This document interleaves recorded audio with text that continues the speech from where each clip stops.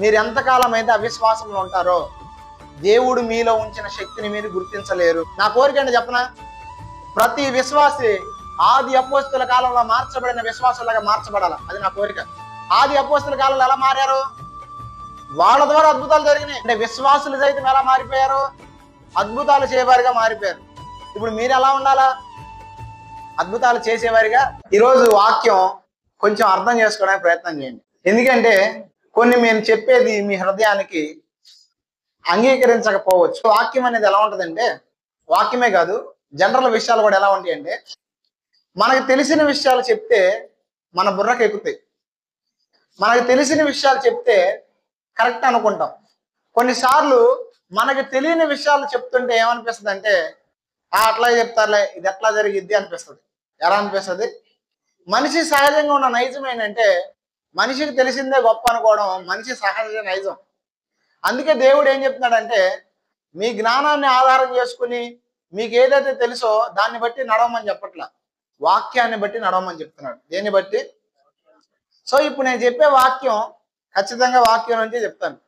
So మీరు అర్థం చేసుకోవడానికి ప్రయత్నం చేయండి. రెండోది ఏంటంటే, ఖచ్చితంగా దీన్ని బట్టి మీరు నేర్చుకోవాలి, చాలా విషయాలు తెలుసుకోవాలి.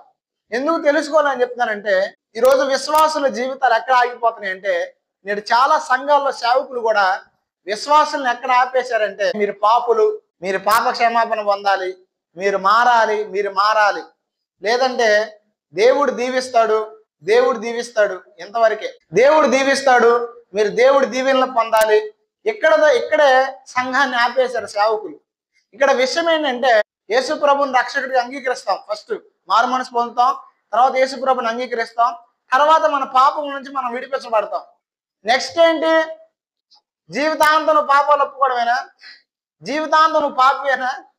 చాలా సంఘాల్లో ప్రతి వారం ఇదే బోధ.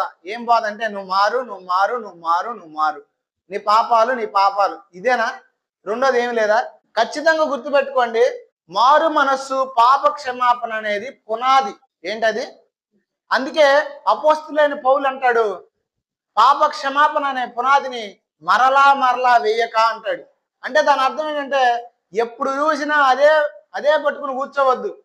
పునాది ఇల్లు కట్టుకునే ప్రారంభంలో కడతారు. కట్టిన తర్వాత పునాది మీద ఏం చేయాలి? పునాది మీద ఏం చేయాలి? మళ్ళీ పునాది కట్టాలా? అలా పునాది కట్టుకుంటా పోతే ఇల్లు అవ్వదు. పునాది పైన ఏం చేయాలంటే ఇల్లు కట్టుకోవాలి. చాలా మంది పునాదులు ఆగిపోయారు.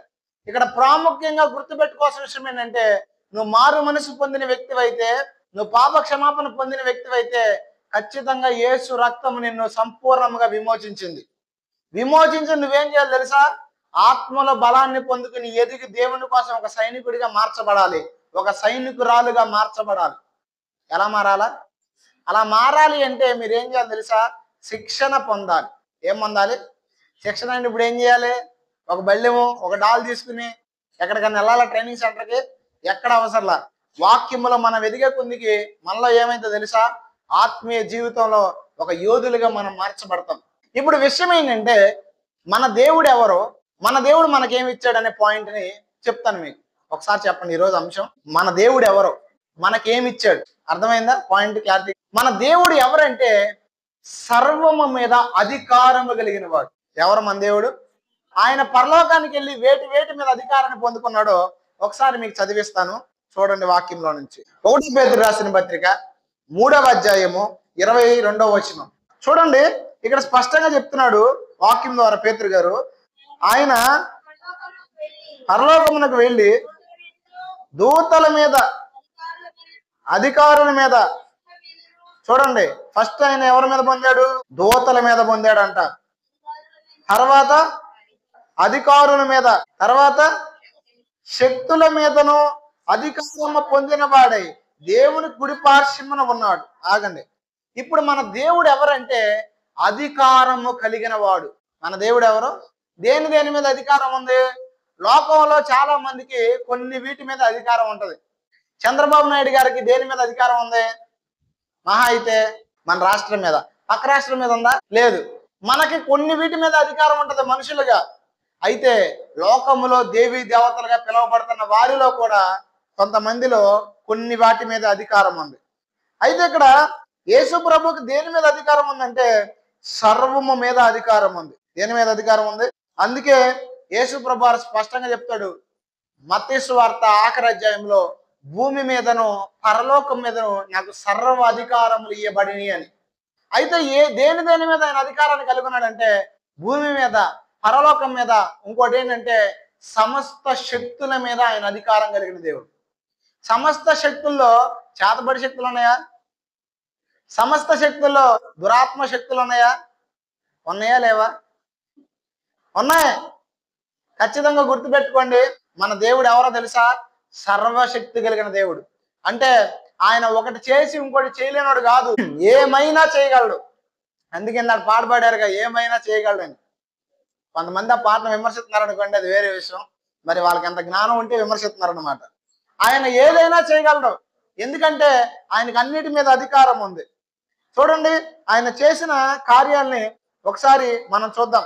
అపోస్తల కార్యముల గ్రంథం 10వ అధ్యాయము 38వ వచనం చూడండి. దేవుడు నజరేయుడైన యేసును పరిశుద్ధాత్మతోను శక్తితోను అభిషేకించినది దేవుడు ఆయనకు తోడైన గనక ఆయన మేలు చేయొచ్చు అపవాది, అంటే బ్రాకెట్ లో సాతాను అని ఉంది, అపవాది చేత పీడించబడుతున్న వారందరినీ స్వస్థపరిచి ఏం చేశాడంట? అంటే ఇప్పుడు ఆయన అందరినీ స్వస్థపరిచాడు. దేన్ని బట్టి ఆయన స్వస్థపరిచాడు? చెప్పండి, దేన్ని బట్టి స్వస్థపరిచాడు? అధికారమును బట్టి స్వస్థపరిచాడు. అంటే ఇప్పుడు మన దేవుడు ఎవరని చెప్పాను నేను ఇందా నుంచి? అధికారము కలిగిన దేవుడు. నేను ఖచ్చితంగా ఇంకో విషయం చెప్తానండి, మన దేవుడు ఏ అధికారాన్ని అయితే కలిగి ఉన్నాడో అదే అధికారాన్ని మనకి ఇచ్చాడు.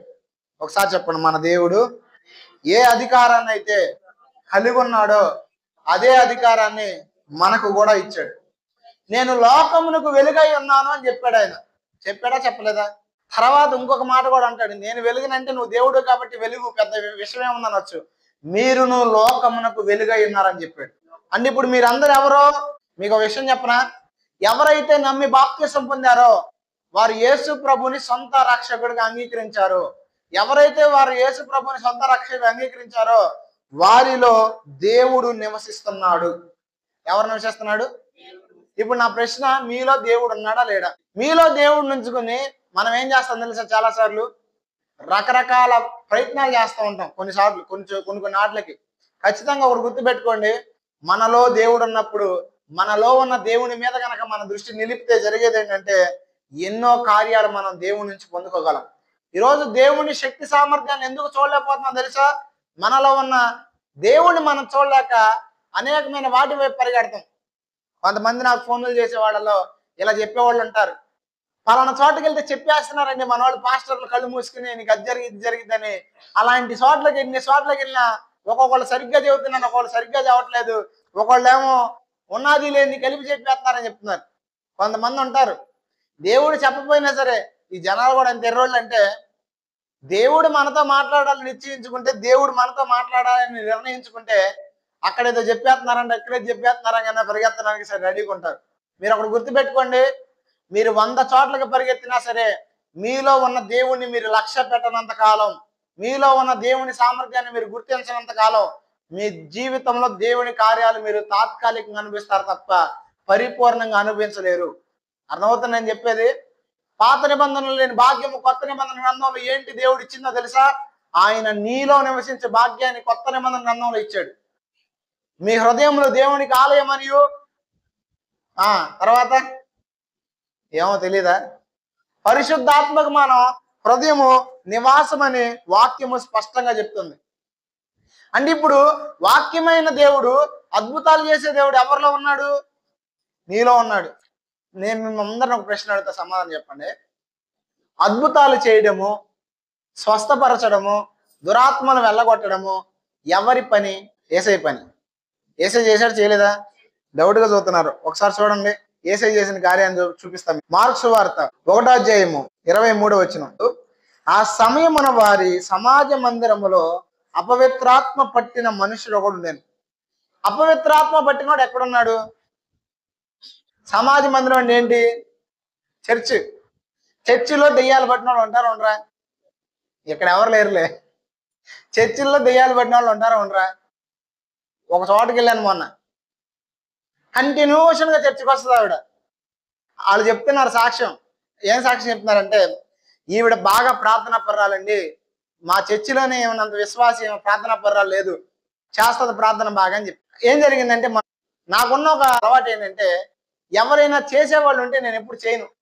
ప్రార్థన కానీ పని కానీ ఏదైనా సరే నేను చక్కగా కూర్చుంటాను, నాకు ఎందుకులే చేస్తున్నారు కదా అని. ఇప్పుడు అలాగే ఆయన ప్రార్థన చేస్తున్నాడు, అందరికి ప్రార్థన చేస్తుంటే నేనేం చేశానంటే, నాకు ఎందుకులే ఆయన చేస్తున్నాడు కదా అని కూర్చున్నాను. కూర్చుంటే అందరూ ఆయన దగ్గరికి వెళ్తున్నారు, చేయించుకుంటున్నారు. చేయించుకుంటే ఒక ఆవిడ వచ్చి, అయ్యా నాకు ప్రార్థన చేయండి. నేను ఎందుకు, ఆయన ఉన్నాడు కదా, వెళ్ళి ప్రార్థన చేయించుకుని ఆయన చేత అని చెప్పాను. చెప్తే మంది, లేదయ్యా నాకు నీ చేత ప్రార్థన చేయించుకనిపిస్తుంది, చెయ్యొచ్చు కదా, ఆయనే చేయాలా అంది. సరే, ఆమె నన్ను బలవంతం పెట్టింది 3 సార్లు ఇట్లాగే చెప్పా, ఇల్లు ఆడ చేయించుకో అని. ఇక ఈవిడ బలవంతం పెట్టేసరికి నేను చేసిన పని ఏంటంటే, అక్కడికి వెళ్ళి తల మీద చేయబెట్టాను అనమాట. ఎప్పుడైతే తల మీద చేయబెట్టానో ఇక పడిపోయింది ఆవిడ. పడిపోయినప్పుడు ఆవిడలో ఉన్న దురాత్మ బయటపడింది. అప్పుడు ప్రార్థన చేసినప్పుడు ఆ దురాత్మ ఆ వ్యక్తిని విడిచిపోయింది. ఎందుకు చెప్తానంటే, మందిరానికి వచ్చే విశ్వాసులే, ప్రార్థన చేసేవాళ్లే, కానీ వాళ్ళల్లో దెయ్యాలు ఉంటాయి కొంతమందిలో. ఎందుకో తెలుసా? ప్రతి మందిరంలో దేవుడు ఉండడో, ప్రతి మందిరంలో దేవుని సన్నిధి ఉండదో కన్ఫామ్ గా చెప్తున్న స్టేట్మెంట్. ఇన్నాళ్ళు ధైర్యం సరిపోరు నాకు ఈ విషయం చెప్పడానికి. ఎందుకంటే కొంతమంది ఫీల్ అవుతారు. ఏమని ఫీల్ అవుతారు? ఈడేంట్రా, ఈడి దగ్గరే దేవుడు ఉన్నాడు అంటాడు అని అంటారు. నా దగ్గర దేవుడు ఉన్నాడు అని చెప్పట్లా. ఆత్మతో సత్యముతో ఎందరైతే ఆరాధిస్తారో అక్కడ దేవుడు ఉంటాడు. ఎక్కడైతే ఏకీభించి దైవజనుడు ఆత్మపూర్ణుడై ఉంటాడో అక్కడ దేవుడు ఉంటాడు. కొంతమంది సంఘాల్లో ఈరోజు గర్వం చేత, అహంకారం చేత నడిపించబడుతున్నాయి. అందుకే కొన్ని సంఘాల్లో దేవుడు ఉన్నట్ల. దేవునికి ఇష్టం లేని చోట దేవుడు ఉండడు. ఎప్పుడైతే సంఘంలో దేవునికి కాక ఇతర కార్యక్రమాలకి మనం చోటిస్తామో అప్పుడు జరిగే విషయం ఏంటంటే, ఖచ్చితంగా దేవుని ప్లేస్ లో దెయ్యం వస్తుంది. మీరు అనొచ్చు, దేవుడు లేడు సంఘంలో అని నువ్వు వాక్యానుసారం నిరూపించగలవా అని. ఖచ్చితంగా నిరూపించగలుగుతాం. ప్రకటన గ్రంథంలో 7 సంఘాల గురించి దేవుడు స్పష్టంగా చెప్తాడు. ఆ 7 సంఘాల గురించి చెప్తూ ఒక సంఘం గురించి ఏం చెప్తాడంటే, నువ్వు బ్రతికి ఉన్నావు అనే పేరుకే బ్రతికున్నావు, కానీ నువ్వెవరో? దేవుడు ఉన్న చోట జీవం ఉండిద్దా? మృతమైన ఆత్మీయ జీవితాలు ఉంటాయా? ఎందుకు కొన్ని చోట్ల మృతుడిగానే బ్రతుకుతున్నా, మందిరానికి వస్తున్నా, ఎందుకు నీ పరివర్తన రావట్లేదంటే, నువ్వు వెళ్తున్న చోట దేవుడు ఉంటే ఖచ్చితంగా అక్కడ విడుదల ఉంటుంది. ఖచ్చితంగా అక్కడ దేవుని సన్నిధి ఉంటే చీకటి వెలుగుగా మారిపోద్ది. మారదా? ఇంకొక సంఘం గురించి ఏం చెప్తాడు తెలుసా? వీళ్ళు నన్ను సంఘం వెలుపలకు దోసేశారు, హృదయం అనే తలుపు ఎదురు తడుతున్నా, కాబట్టి ఎవడు నా స్వరం విని తీస్తారో నేను వాడితో కూడా వచ్చి భోజనం చేస్తాను అంటున్నాడు. అంటే సంఘంలో ఎవరు లేరంట? దేవుడు లేడు, కానీ దేవునికి సంబంధించిన కార్యక్రమాలు జరుగుతాయి. కానీ దేవుడు ఉంటే జరిగేదని తెలుసా? దేవుడు ఉంటే అక్కడ దెయ్యాలు నిలబడలేవు. అది పాయింట్ ఇక్కడ. సమాజ మందిరంలో కూడా ఎవరున్నారు? అపవిత్రాత్మ పట్టిన ఒక మనుషుడు ఉన్నాడు. చూడండి, ఆ వచనం మళ్ళీ చదువుదాం. మార్క్స్ వార్త 1:23. ఆ సమయమున వారి సమాజ మందిరములో అపవిత్రాత్మ పట్టిన మనుష్యుడు ఒకడు ఉండేను. ఇందాక చెప్పడం మర్చిపోయాను కదా. ఆవిడ ప్రేర్ చేసినప్పుడు తెలిసిన విషయం ఏంటంటే, దాదాపు 2 సంవత్సరాల నుంచి ఆవిడ బ్లడ్ నిలబట్టలేదు అనమాట. అది ఆవిడ సమస్య. అంటే రక్తం డైలీ ఎక్కించుకుంటుంది ఆవిడ. ఎక్కించుంటుంది కానీ బ్లడ్ పర్సంటేజ్ పెరగట్ల. కారణం ఏంటంటే, ఆవిడలో ఉన్న దురాత్మ వల్ల ఆ రక్తహీనత ఆవిడ జరుగుతుంది. కొన్నిసార్లు మనలో అంటే మనలో కాదులే, ఎవరైతే దురాత్మ చేత పీడించబడుతూ ఉంటారో వాళ్ళల్లో కొన్ని అనారోగ్య సమస్యలు వస్తూ ఉంటాయి. ఎక్కడైతే ప్రభు ఉంటాడో అక్కడ జరిగే విషయం ఏంటంటే, ఖచ్చితంగా విడుదల పొందుతారు వాళ్ళు. ఏం పొందుతారు? ఇక్కడ చూడండి. తర్వాత వాడు నజరేయుడగు యేసు. ఇప్పుడు యేసు ప్రభు ఏమైనా డైరెక్ట్గా వెళ్ళి నెత్తి మీద చేయబెట్టాడా? ఎట్లా? ఎప్పుడైతే ఆయన సమాజ మందిరంలోకి వెళ్ళాడో అక్కడ చూడండి ఏమైందో. వాడు నజరేయుడగు యేసు, మాతో నీకేమి, మమ్మల్ని నశింపజేయటకు వచ్చితివా? నీవెవడవో నాకు తెలియను. మనకి దేవుడు ఎవరో తెలుసు. సేమ్ టైం ఇంకో విషయం చెప్పనా? దెయ్యాలకు కూడా దేవుడు ఎవరో తెలుసు. ఇంకో విషయం చెప్పనా? కొన్నిసార్లు మనం మన దృష్టికి ఎలా ఉంటామంటే బలహీనులుగా ఉంటాం. ఎలా ఉంటాం? మీకు విషయం చెప్పనా? మీ దృష్టిలో మీరేంటో దేవుని దృష్టిలో మీరు అది కాదు. ఏం కాదు? ఒకసారి చెప్పండి. నా దృష్టిలో నేనేంటో దేవుని దృష్టిలో నేను అది కాదు. అసలు నేను చెప్పిన మొక్క మీకు అర్థమైందా? నేను చెప్తా వినండి. ప్రభు చెప్పిన మాట ఏంటంటే, నా తలంపులు మీ తలంపులు వంటివి కాదు, మీ త్రోవలో నా త్రోవల వంటివి కాదు. ఇప్పుడు మనం ఏమనుకుంటామంటే, నాకు చిన్న చిన్న బలహీనతలు ఉన్నాయి. ఈ బలహీనతను బట్టి నేను పాపాత్మురాల్ని. ఈ బలహీనతను బట్టి ప్రభు నా ప్రార్థన వినడో, ఈ బలహీనతను బట్టి నేను దేవునికి ప్రార్థన చేసిన దేవుని సన్నిధి నాలో ఉండదు అని అనుకుంటారు చాలా మంది. కానీ ఒక విషయం చెప్పనా, దేవుడు నువ్వు బలహీనుడివైనా, నువ్వు బలహీనురాలవైనా ఖచ్చితంగా నీలో ఉన్నాడు, నీతో ఉన్నాడు. చెప్పండి సార్, నేను బలహీనురాలైనా నాతో దేవుడు ఉన్నాడు. మీకు అర్థం కావడానికి 2 విషయాలు చెప్తాను బైబిల్లో నుంచి. చాలా మందిలో ఉన్న ఒక ఫీలింగ్ ఏంటంటే, అద్భుతాలు పరమ పరిశుద్ధుల ద్వారా జరుగుతాయనే ఫీలింగ్ ఉంటుంది చాలా మందిలో. అంటే మీ ప్రార్థన దేవుడు అంగీకరించాలంటే నేను పరమ పరిశుద్ధురాలు అయితే తప్ప దేవుడు వినడనే కాన్సెప్ట్ లో చాలా మంది ట్యూన్ అయిపోయి ఉన్నారు. ఇక్కడ ఉన్న వాళ్ళు కూడా మేబీ అయి ఉండొచ్చు. ఎందుకు చెప్తున్నాను ఈ విషయం? పాపం చేసి ప్రార్థన చేయమని కాదు నేను చెప్తుంది, ఆ మూడ్లో నుంచి బయటికి రమ్మని చెప్తున్నా. అంటే నీకున్న బలహీనతను బట్టి దేవుడు నీ ప్రార్థన వినడానికి కాన్సెప్ట్ వద్దు. నీలో బలహీనతలు ఉన్నప్పటికీ కూడా నీ ప్రార్థన వింటాడని చెప్పడానికి చెబుతున్నా. అంతేగాని మీరు పాపం చేసేసి ప్రార్థన చేయమని చెప్పడానికి కాదు. ఒక అర్థమైందా? ఇప్పుడు సంసోను మీలో అందరికీ తెలుసు కదా. సంసోను దేవుడు వాడుకునే ఒక దైవజనుడు, దేవుడు వాడుకునే ఒక న్యాయాధిపతి. సంసోను పాపం చేసినప్పటికీ కూడా సంసోన్ని దేవుని ఆత్మ విడిచిపెట్టి వెళ్ళిపోయిందా? తను నాజీరు చేయబడ్డాడు. ఎప్పుడైతే మంగళ కత్తి పడిందో అప్పుడు దేవుని ఆత్మ విడిచిపోయింది. ఎవరిని? సంసోన్ని. ఇప్పుడు పాపము చేస్తున్నప్పటికీ కూడా సంసోన్ని దేవుని ఆత్మ విడిచిపెట్టాడా? విడిచిపెట్టలేదా? విడిచిపెట్టాడా? ఎక్కడ విడిచిపెట్టాడు? నిన్న రాత్రే వేశ్య దగ్గరికి వెళ్ళాడు. నా మాట నెగిటివ్గా తీసుకుంటే నేనేం చేయలేను, పాజిటివ్గా తీసుకోండి. మళ్ళీ ఒక్కొక్కళ్ళు ఉంటారు, ఆహా అయితే పాపం చేసి కూడా వాక్యం చెప్పొచ్చా అంటారు. ఎట్లాంటి వాళ్ళు ఉంటారు. తర్వాత దీనికి రెమెడీ చెప్తా మీకు నేను. ఇప్పుడు అయినప్పటికీ కూడా దేవుని సన్నిధి ఎవరిని విడిచిపెట్టలా? సంసోన్ని విడిచిపెట్టలా. ఎందుకు కారణమైన తెలుసా? సంసోను పిలుపుని బట్టి దేవుడు వాడుకున్నాడు తప్ప సంసోన్ అనే వ్యక్తిని బట్టి కాదు. పాపము చేశాడు దేవుడు వాడుకున్నా సరే, అందుకే తగిన ప్రతిఫలం అనుభవించాడు. అర్థమవుతుందా? దేవుడి ప్రార్థన వింటున్నాడు అని చెప్పేసి పాపం చేసి కనుక వాక్యం చెప్పినా, పాపం చేసి ప్రార్థన చేసిన దేవుడు వింటాడు కొన్నిసార్లు. కానీ జరిగే విషయం ఏంటంటే నీ పాపానికి తగిన శిక్షను అనిపిస్తావు. అర్థమవుతుందా? దేవుడు నువ్వు చేసేదాన్ని తిప్పిస్తాడనమాట, నువ్వు గనక తెలిసి తప్పు చేస్తే. ఇక నేను ఎందుకు చెప్తున్నానంటే, దేవుడు మనలో ఉన్న బలహీనతలను బట్టి ఎన్నడూ విడిచిపెట్టడం మనల్ని. మనం 100కు 100% జీవితాన్ని క్రమమైన మార్గంలో ఉండలేము కూడా. నేనైతే లేను 100కు 100%. మరి మీరుంటే గొప్పోళ్ళు, మీరు దండం పెట్టచ్చు. మీకు ఉన్నారా? చిన్న చిన్న విషయాల్లో అంటే పెద్ద పెద్ద పాపాలు చేయవసరంలో మనం నోరు జారొచ్చు, కోపం తెచ్చుకోవచ్చు, చిన్న చిన్నవే, పెద్ద పెద్దవి కాదు. అయినప్పటికీ నేను చెప్తున్నాను, దేవుడు నిన్ను ఎన్నడూ విడవడో. నువ్వు పరిశుద్ధురాలవని దేవుడు నిన్ను ప్రేమించట్లా, నువ్వు పరిశుద్ధుడివని దేవుడు నిన్ను ప్రేమించట్లా. అర్థమవుతుందా? నిన్ను ప్రేమించడానికి కారణం ఏంటంటే క్రీస్తు రక్తం మాత్రమే. చెప్పండి ఒకసారి, దేవుడు నన్ను ప్రేమించడానికి కారణం నా పరిశుద్ధత కాదు, క్రీస్తు రక్తం మాత్రమే. ఇప్పుడు మీకు అర్థం కాదని చెప్తానండి. నన్ను మీరు వ్యక్తిగా ప్రేమిస్తున్నారా? నా పదవిని బట్టి నన్ను ప్రేమిస్తున్నారా? నేను చెప్పనా? నా పదవిని బట్టి 100కి 99 మంది నన్ను ప్రేమిస్తారు. ఇప్పుడు నేను పాస్టర్ గారిని కాదనుకోండి, ఈ చర్చికి రాలేదనుకోండి, రోడ్డు మీద మీకు కనపడ్డా, ఇప్పుడు నన్ను అలరెత్తారా? వాడేవాడు మాకెందుకు అంటారు. ఇప్పుడు ఎన్నో చోట్లకి వెళ్తున్నప్పుడు ఎంతో మంది అయ్యా మా కోసం ప్రార్థన చేయి బాబు, అది ఇది అని 100 మంది మనల్ని ప్రశంసిస్తున్నారంటే కారణం ఏంటంటే నేను కాదని ఎందుకు చెప్తున్నానంటే, నన్ను పిలిచిన దేవుని పిలుపు నా మీద ఉండడాన్ని బట్టి గౌరవం వస్తుంది. దేని బట్టి వస్తుంది? ఇంకా అర్థం కావడానికి, గాడిదన యేసుప్రభు ఎక్కాడు కాబట్టి గాడిదకి అంతేనా? గాడిదని బట్టి వస్త్రాలు పరిచారా?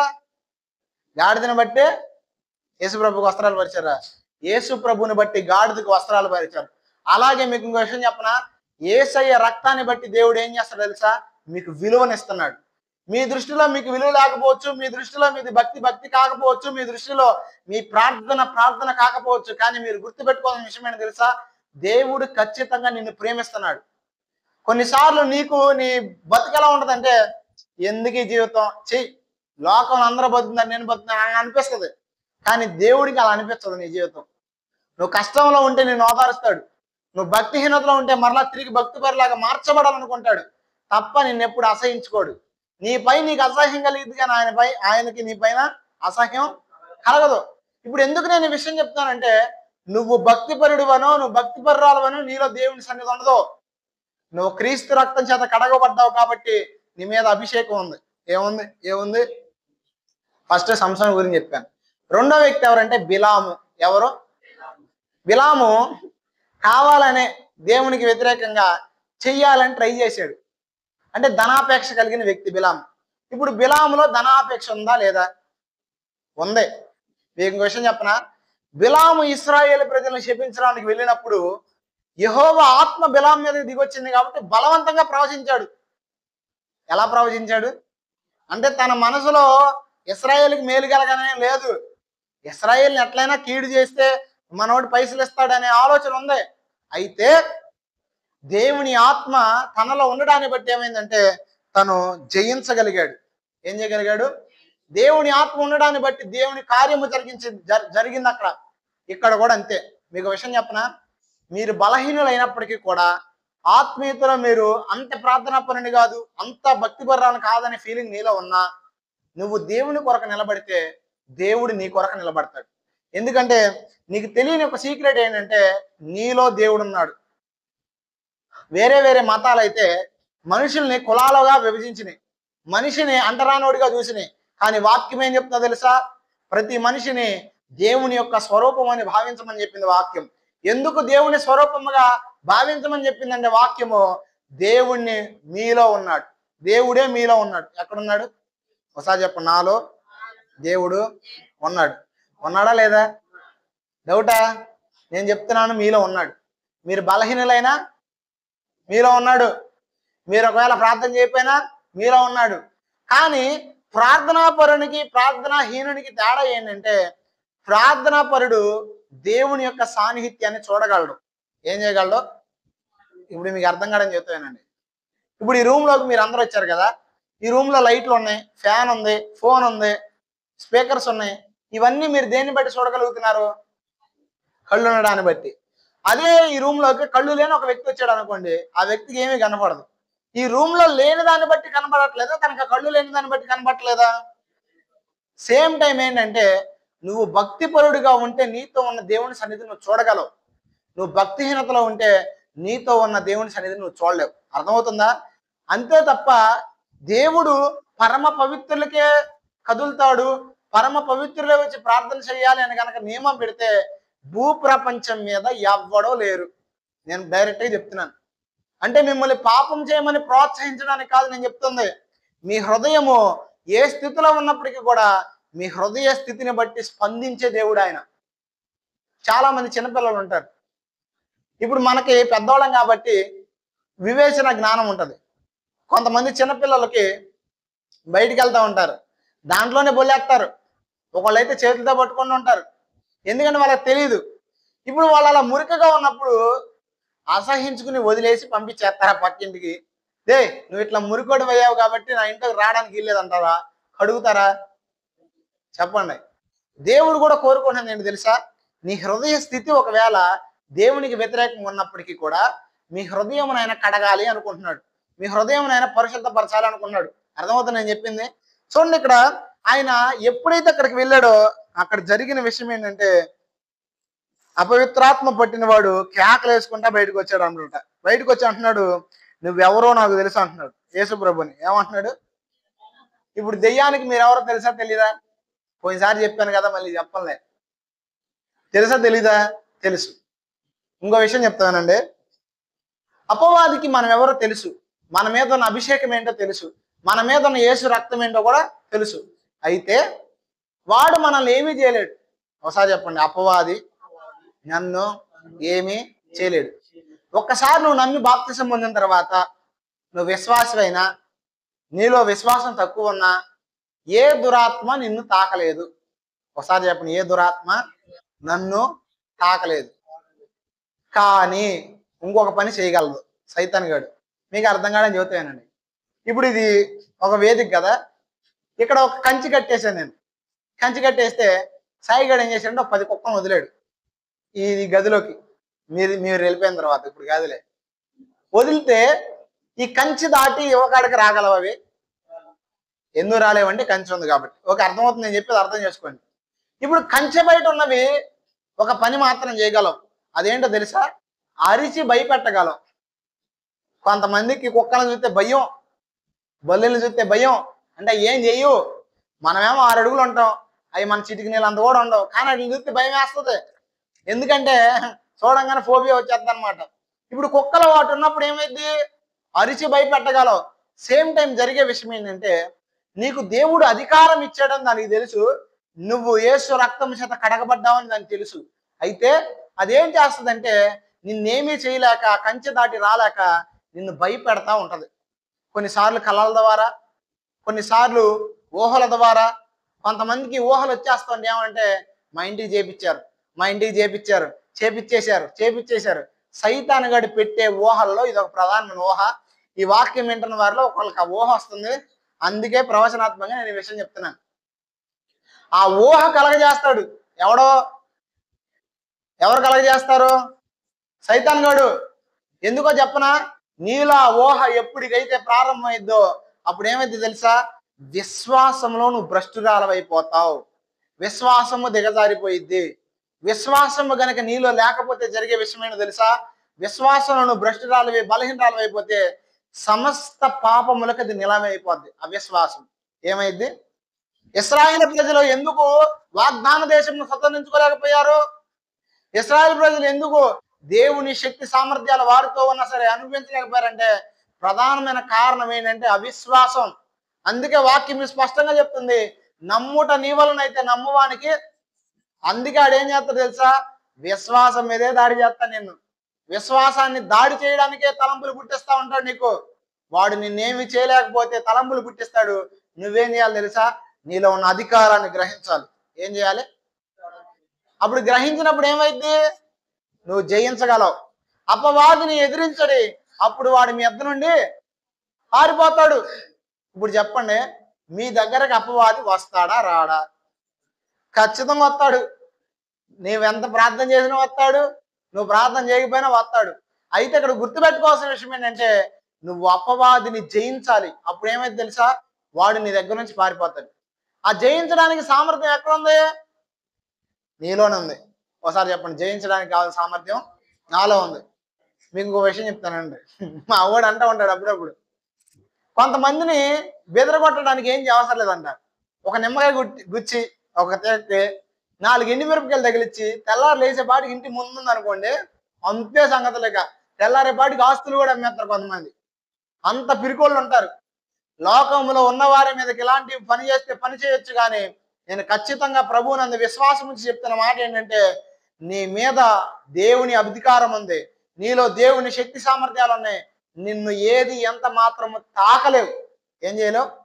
అది వాక్యం చెప్తా చూడండి. మీకు ఒకసారి మీ అందరం కూడా లోకాసు వార్త 10వ అధ్యాయం 19వ వచనం.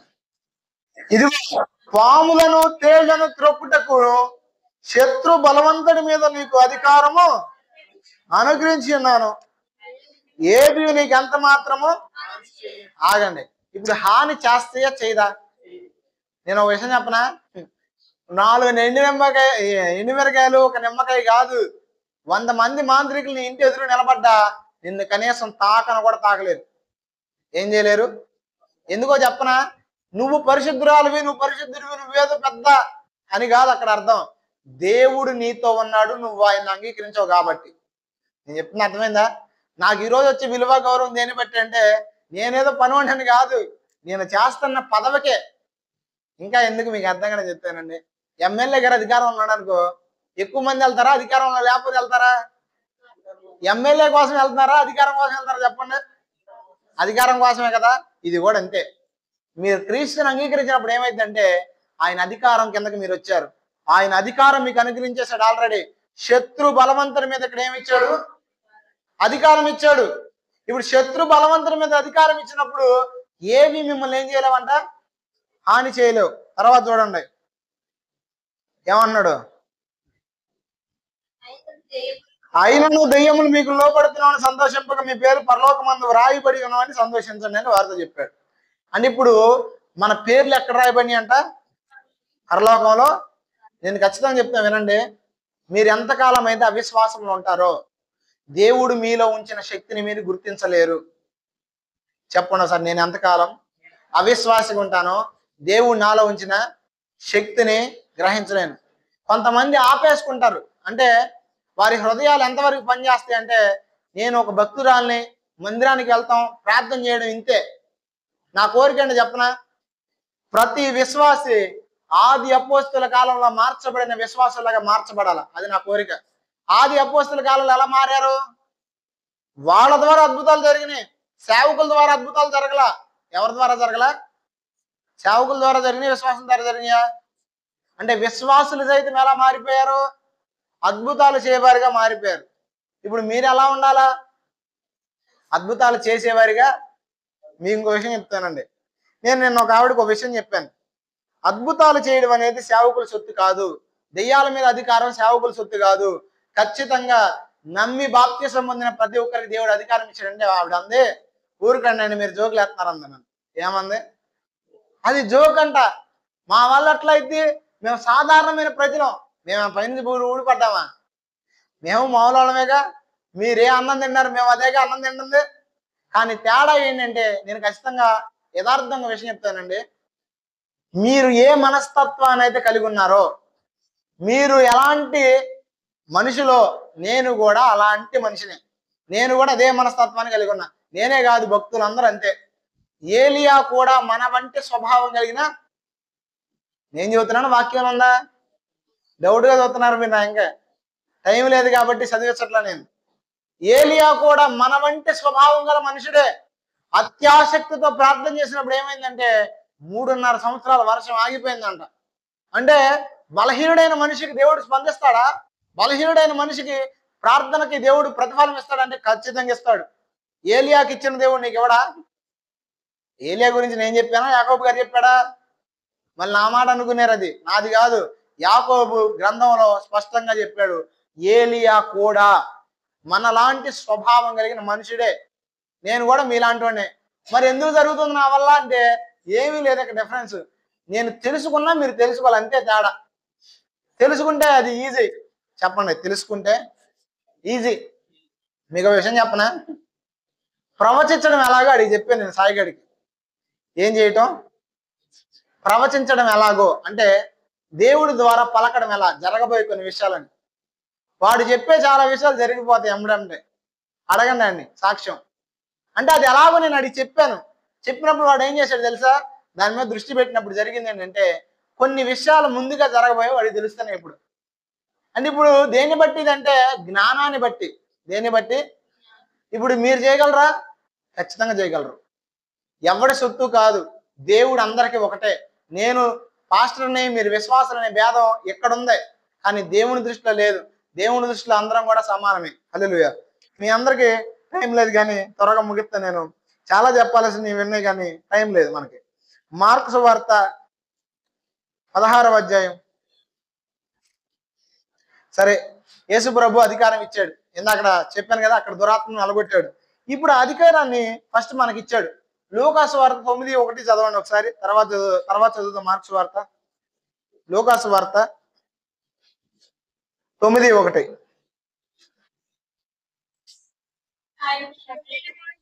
చూడండి, ఇందాక యేసు ప్రభు ఏ అధికారాన్ని కలిగి ఉన్నాడు? ఏ అధికారాన్ని కలిగి ఉన్నాడు అంటే, సమస్త శక్తుల మీద ఆయన, సమస్తం మీద, పరలోకం మీద, భూమి మీద ఆయన అధికారాన్ని కలిగి ఉన్నాడు. ఇప్పుడు అధికారాన్ని ఎవరికి ఇచ్చాడో చూడండి. ఆయన తన 12 మంది శిష్యులను పిలిచి, సమస్తమైన దయ్యముల మీద. ఆగండి, ఇక్కడ ఏ దయ్యం అని ఉంది? పిల్ల దయ్యం, పెద్ద దయ్యం, ఆ దయ్యం, ఈ దయ్యం అని ఉందా? ఇదేంట్రా ఆయన రాత్రిపూట దయ్యాల గురించి చెప్తున్నాడు అనుకోకండి. ఎందుకంటే మనకు అధికారం ఉంది. మీ ఇంట్లో కూలోళ్ళ కారణ భయపడతారా? పనోళ్ళ కారణ భయపడతారా? పనోడు యజమాని కింద భయపడాలా? యజమాని కూలోడి కింద భయపడాలా? ఒకవేళ బయట ఓనర్లు కూలోళ్ళకి భయపడతారా? నమస్కారం, అయితే వాళ్ళు ఓనర్లు కాదు. ఓనర్ కిందే పని చేసేవాడు భయపడతాడు. ఇప్పుడు దెయ్యాల మీద మీకేముంది అంటే, దెయ్యాల మీద ఎవరో మీరు బాసు, మీరే బాసు. అవి పొమ్మంటే ఖచ్చితంగా పోవాల్సిందే మీరు పొమ్మంటే. చూడండి అక్కడ అంటున్నాడు సమస్తమైన దెయ్యముల మీద. అంటే ఒక దెయ్యం 2 దెయ్యాలు చేతబడి కొంతమంది నాతో చెప్పిన మాట ఏంటంటే ఇది 20 సంవత్సరాల నుంచి ఉందండి, ఇది పోదు, ఇది 10 సంవత్సరాల నుంచి పోదు అంటే వాక్యం అందుకు ఒప్పుకోవట్ల. వాక్యం ఏం చెప్తుంది తెలుసా? ఏ దెయ్యమైనా సరే, అపవాది అంటే సైతాన్ గాడు, ఆడి మీద మనకి అధికారం ఉంది. తర్వాత చూడండి,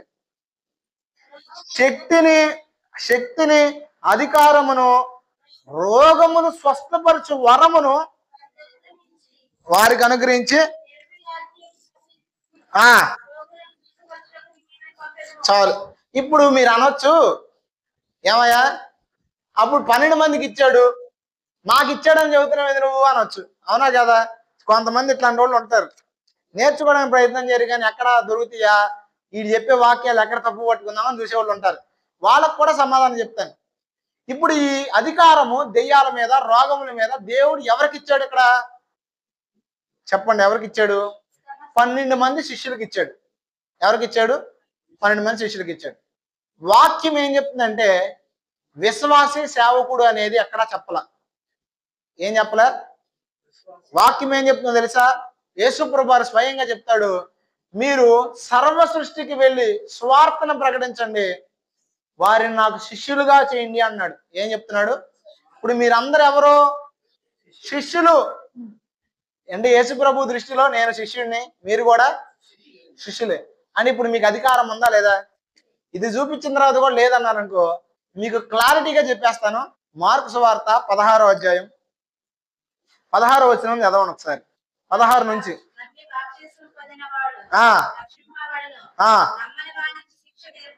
ఆగండి. నమ్మి బాప్తిసం పొందిన వాడు ఏమవుతాడంట అంటే ఇప్పుడు ఫస్ట్ నువ్వు నమ్మి ఎప్పుడైతే బాప్తిసాన్ని పొందుతున్నావో అప్పుడు నువ్వు రక్షణ పొందుతున్నావు. తర్వాత చూడండి, నమ్మని వాడే శిక్ష విధించబడింది. ఆగండి. ఎవరి వలన? పాస్టర్ల వలన అన్నాడు ఇక్కడ, విశ్వాసుల వలన అన్నాడు ఇక్కడ, అపోస్తుల వలన అన్నాడా? నమ్మిన వారి వలన. ఇప్పుడు మీరందరూ ఎవరు? నమ్మారు కాబట్టి మీరు ఏం చేశారు? బాప్తిసాన్ని పొందారు. అంటే మీరు నమ్మి బాప్తిసం పొందితే మీ వలన ఏమేమి జరుగుతాయి చూడండి. ఆగండి.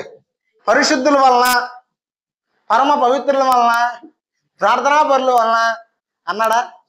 ఇక్కడ ఏమంటాడంటే నమ్మిన వాని వలన. నేను చెప్పేది స్పష్టంగా ఏనండి, మీరు నమ్మితే జరిగే విషయం ఏంటంటే కింద వచ్చిన చూడండి. ఆగండి. నా నామమున దయ్యములను ఎవరు వెళ్ళగొడతారు? ఇప్పుడు మీకు అధికారం ఉందా లేదా? మీకు ఖచ్చితంగా చెప్తామేనండి, మీకు రోగాల మీద అధికారం ఉంది, మీకు దెయ్యాల మీద అధికారం ఉంది. పాస్టర్ గారు చేస్తేనే పోవడం కాదు. ఎవరైతే బాప్తిసం పొందారో క్రీస్తుని బట్టి జరుగుతాయి అద్భుతాలు. ఎవరిని బట్టి జరుగుతాయి? నేను ఖచ్చితంగా ఒక విషయం చెప్తానండి, నన్ను బట్టి అయితే కనీసం ఏది జరగదు. స్వస్థతగా దెయ్యం కాదు. వాళ్ళ గనక పౌలు ఉచ్చరించిన నామాన్ని దెయ్యాన్ని వదలగొడతానంటే పిచ్చి కొట్టుడు కొట్టింది కదా దెయ్యం, అట్లా ఉండిద్ది అన్నమాట. నేను వెళ్తే నా వల్ల జరగదు, మీ వల్ల కూడా జరగదు. అయితే మీరు నమ్మితే జరిగే విషయం ఏంటంటే నమ్మిన వాణి వాళ్ళని సూచక్రియలు కనబడతాయంట. ఆ సూచక్రియలు మొట్టమొదటిది ఏంటంటే మీరు దెయ్యములు వెళ్ళగొడతారు. అంటే ఇప్పుడు దెయ్యమును వెళ్ళగొట్టే వరం ఎవరిలో ఉంది? రజనమ్మ వెళ్ళగొడతావా? చెప్పండి, ఎవరిలో ఉంది? ఎంతమంది ఒకవేళ వదలగొడతారు చెప్పండి?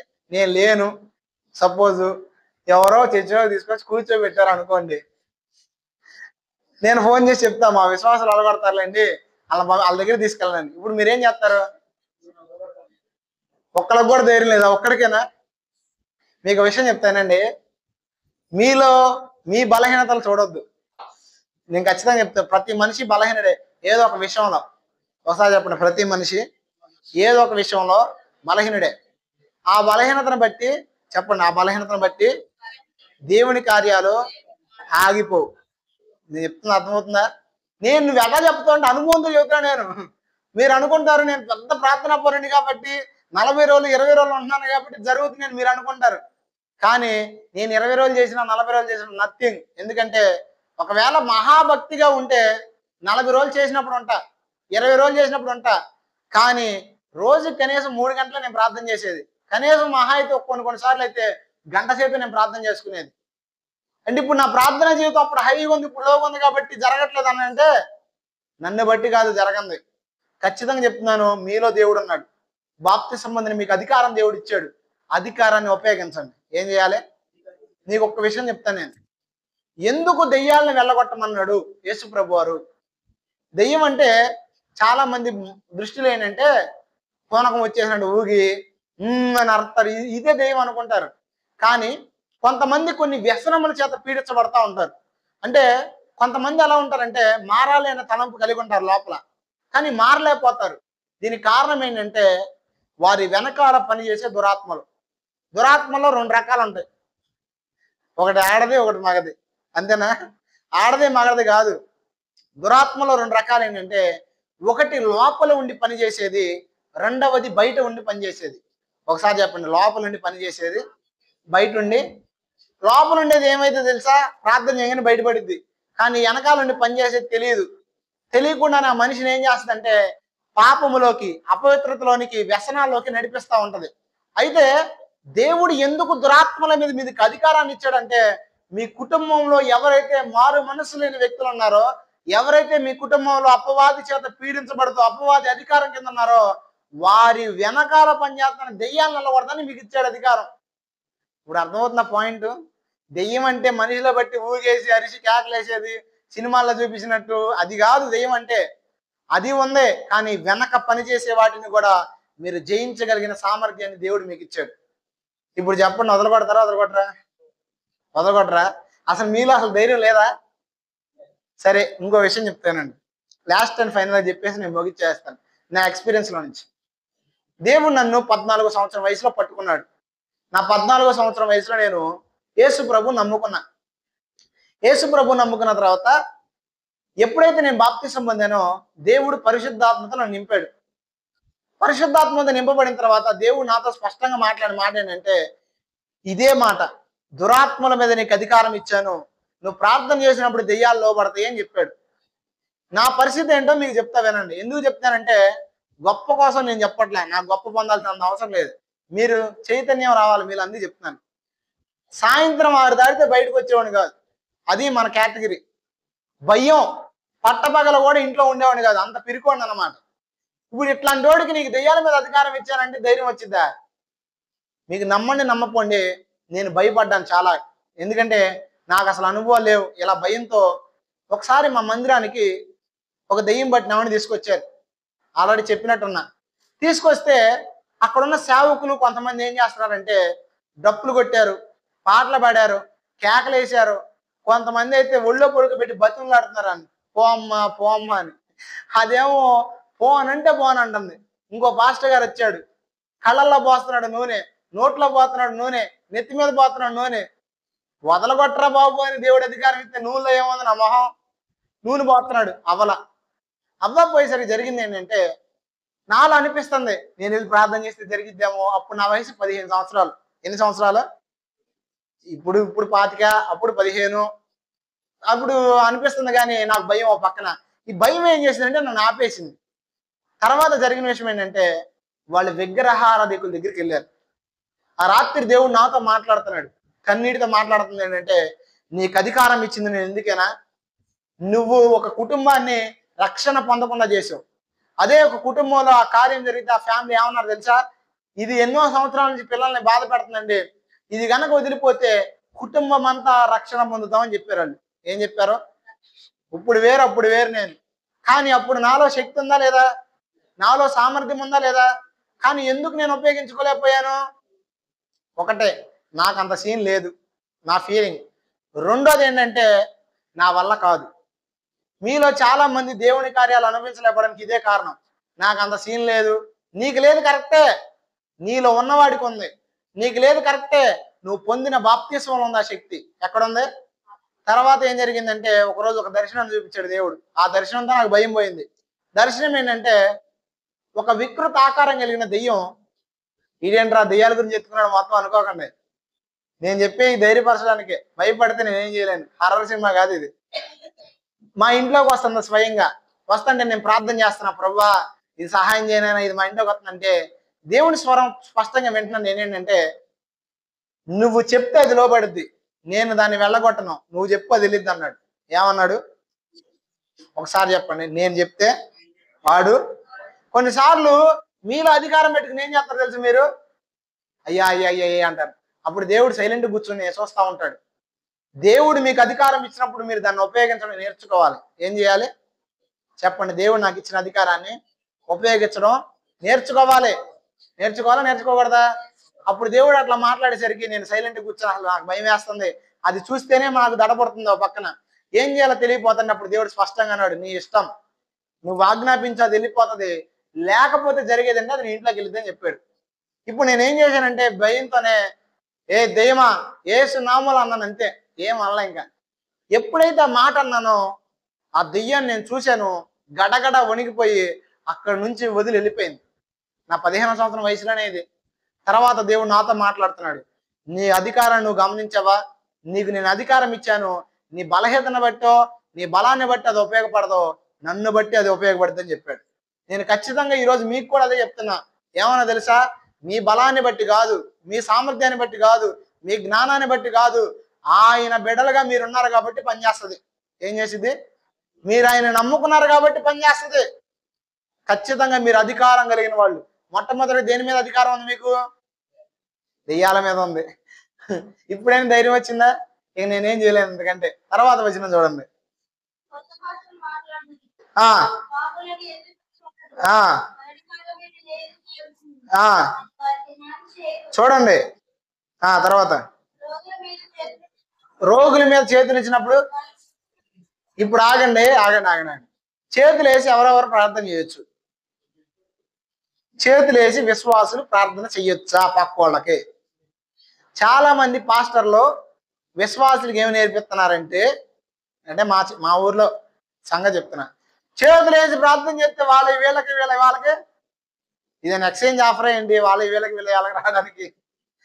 మీరు బాప్తిసం పొందితే మీరు చేతులుంచి ప్రార్థన చేసే అధికారం మీకు వచ్చింది. ఇక్కడ నేను చెప్తున్నాను, వాక్యం చెప్తుందా?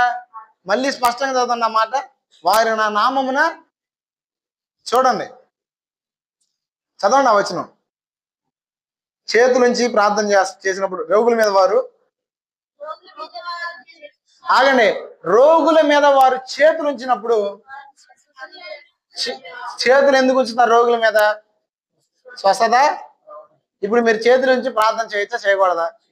మీ పిల్లలు ఉన్నారు, లేదా ఎవరైనా వ్యాధిగ్రస్తులు వచ్చారు, మీరు చేతులు పెట్టి ప్రార్థన చెయ్యొచ్చా?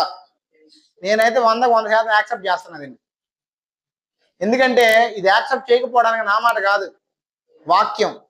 ఎవరైతే బాప్తిసం పొందారో వారు ఇతరుల మీద చేతుల నుంచి ప్రార్థన చేయొచ్చు. ఇవన్నీ దేని వల్ల జరుగుతాయి చెప్పనా? విశ్వాసం వల్ల జరుగుతాయి. నీలో విశ్వాసం లేకపోతే నీకు అసలు ఆ నమ్మకమే పుట్టదులే. ఫస్ట్ ఏం పుట్టదో? ఇప్పుడు చెప్పండి, మీకు దేవుడు అధికారం ఇచ్చాడా ఇవ్వలేదా? మరి ఉపయోగించుకుంటారా ఉపయోగించుకోరా? సరే, లాస్ట్కి ఒక మొక్క చెప్తాను. మరి మీరు చెప్పినట్టు దేవుడు నిజంగా అంత అధికారం ఇస్తే ఎందుకు చాలాసార్లు మేము చేసేదానికి ప్రతిఫలాన్ని చూడలేకపోతున్నాం? చాలా మందిలో డౌట్ ఇది. ఎందుకు చూడలేకపోతున్నారంటే, ప్రస్తుతమైన పరిస్థితులను చూడటం, మన అంతరంగాన్ని మనం చూసుకోవడం. అంటే మనిషి యొక్క విధానము, మనిషి యొక్క మనస్తత్వం ఎలా ఉంటుందంటే, ఎప్పుడు కూడా 2 రకాలైన యుద్ధాలు జరుగుతాయి మనలో. ఒకటి శరీరము తన ఇచ్చలను నెరవేర్చుకోవడానికి చేసే యుద్ధం, అదే శరీరము శోధించడం మనం. రెండోది ఏంటంటే, మనలో ఉన్న ఆత్మ దైవ చిత్తాన్ని జరిగించడానికి పడే ప్రయాస. ఏంటది? ఖచ్చితంగా ఇది ప్రతి ఆత్మీయుల్లో ఉంటది. ఆత్మీయులు కాని వాళ్ళల్లో ఆత్మ ప్రయాసం ఉండదు. అంటే ఏంటంటే, వాళ్ళు ఎట్లగట్ల వెళ్ళిపోతూ ఉంటుంది వాళ్ళ బండి, తినడానికి బతుకుతారు కదా, అట్లా ఉంటది. కానీ కొద్దో గొప్ప ఆత్మీయతలు నిలబడాలి, దేవుని కొరకు బ్రతకాలనే తాపత్రయం ఉన్నవారికి ఈ 2 రకాలైన శోధనలు జరుగుతూనే ఉంటాయి.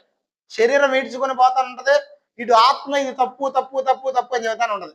అయితే ఎప్పుడైతే మీరు శరీర క్రియలకు ఎక్కువగా చోటిస్తారో అప్పుడు జరిగేది ఏంటంటే, మీలో పరిశుద్ధాత్మ కార్యములు జరగకుండా మీరు ఆటంకపరుస్తున్నారు. ఏం పరుస్తున్నారు? అర్థమవుతుంది నేను చెప్పేది? మీలో శక్తి సామర్థ్యాలు ఉన్నప్పటికీ కూడా శరీరము మనల్ని రేపిన విధముగా మనం ఎప్పుడైతే పరిగెడతామో అప్పుడు ఏం చేయలేమంటే మనం మనలో ఉన్న పరిశుద్ధాత్మ సహవాసాన్ని మనం అనుభవించలేం. అర్థమవుతుంది నేను చెప్పింది? ఇంతకంటే క్లారిటీగా నేను చెప్పలేను ఇంకా. అర్థం చేసుకోండి. మీరు శరీరానికి చోటు ఇవ్వకుండా మీ శరీరం మిమ్మల్ని అలా బలవంత పెడుతున్నప్పుడు, ఉపవాసం ఉన్నప్పుడు జరిగేది ఏంటంటే ఆటోమేటిక్గా మీ శరీర క్రియలు నశిస్తాయి. మీలో పరిశుద్ధాత్మ కార్యములు ప్రారంభమవుతాయి. అందుకే యేసుప్రభు వారు కూడా పరిశుద్ధాత్మను పొందుకున్న వెంపటే పరిచర్యకి వెళ్ళిపోలా. పరిశుద్ధాత్మను పొందుకున్న వెంబడి ఆయన ఏం చేశాడు తెలుసా? ఈ ఆత్మ అరణ్యంలోకి తీసుకెళ్ళింది. ఎవరిని? పరిశుద్ధాత్ముడు యేసుప్రభుని తీసుకెళ్ళాడు. ఎందుకు యేసుప్రభుని తీసుకెళ్ళాడు తెలుసా? ఆయన ఉపవాస ప్రార్థనలు గడిపినప్పుడు జరిగింది ఏంటంటే ఆత్మలో బలాన్ని పొందుకున్నాడు. అప్పుడు జరిగిన అద్భుతాలు, అప్పుడు చేశాడు స్వస్థతలు, అప్పుడు చేశాడు బలమైన కార్యాలు. ఇప్పుడు చెప్పండి, మీలో పరిశుద్ధాత్ముడు ఉన్నాడా లేడా? మీలో పరిశుద్ధాత్ముడు ఉన్నాడు. పరిశుద్ధాత్మ శక్తిని మీరు పొందుకోవాలి. చెప్పండి, నాలో పరిశుద్ధాత్ముడు ఉన్నాడు. పరిశుద్ధాత్మ శక్తి పొందుకోవాలి. అలా పొందుకోవాలంటే ఏం చేయాలి? ఫోన్కి ఛార్జింగ్ అయిపోద్ది, మీలో కూడా శక్తి తగ్గిపోయింది. అప్పుడు చేయాల్సిన పని ఏంటి తెలుసా? ఫోన్కి ఛార్జింగ్ తగ్గిపోతే ఏం చేస్తారు? అలాగే మీలో ఎప్పుడైతే శక్తి తగ్గిద్దో ఒకటి ప్రార్థన చేయాలి. రెండోది ఏంటి తెలుసా? ఇంకా శక్తితో నింపబడడానికి ఉపవాస ప్రార్థన చేయాలి. మన సంఘంలో ఎందుకు నేను తరచుగా ఉపవాస ప్రార్థన పెడతాను తెలుసా? ఖాళీగా ఇంటికాడ కూర్చుని జనాలు ఏడిపిస్తాను ఇసుకిస్తానుగా పెట్టాను నేను. ఎందుకు పెడతానంటే ఈ ఉపవాస ప్రార్థన వల్ల జరిగేది ఏంటంటే మీరు ఎలా ఉన్నా సరే ఈ ఉపవాస ప్రార్థన మీ జీవితాన్ని సరి చేసిద్ది. రెండోది ఏంటంటే ఉపవాస ప్రార్థన వల్ల ఆత్మలో మీరు బలాన్ని పొందుతారు. నేను ఉపవాసం ఉన్నప్పుడు ఏం చేస్తాను తెలుసా? ఇక్కడికి వస్తున్న ఎవరైతే నేను ఖచ్చితంగా ఒకే విషయం చెప్తానండి, పని చేసినోడికి ఖచ్చితంగా జీతం ఇస్తాను నేను. ఇంకో విషయం చెప్పనా? ఏ పని చేయనోడికి జీతం ఇవ్వను. మీరు ఇస్తారా? ఎవరైతే ఉపవాస ప్రార్థనలు ఖచ్చితంగా వస్తారో వాళ్ళ కోసం నిత్యం ప్రార్థన చేస్తారు.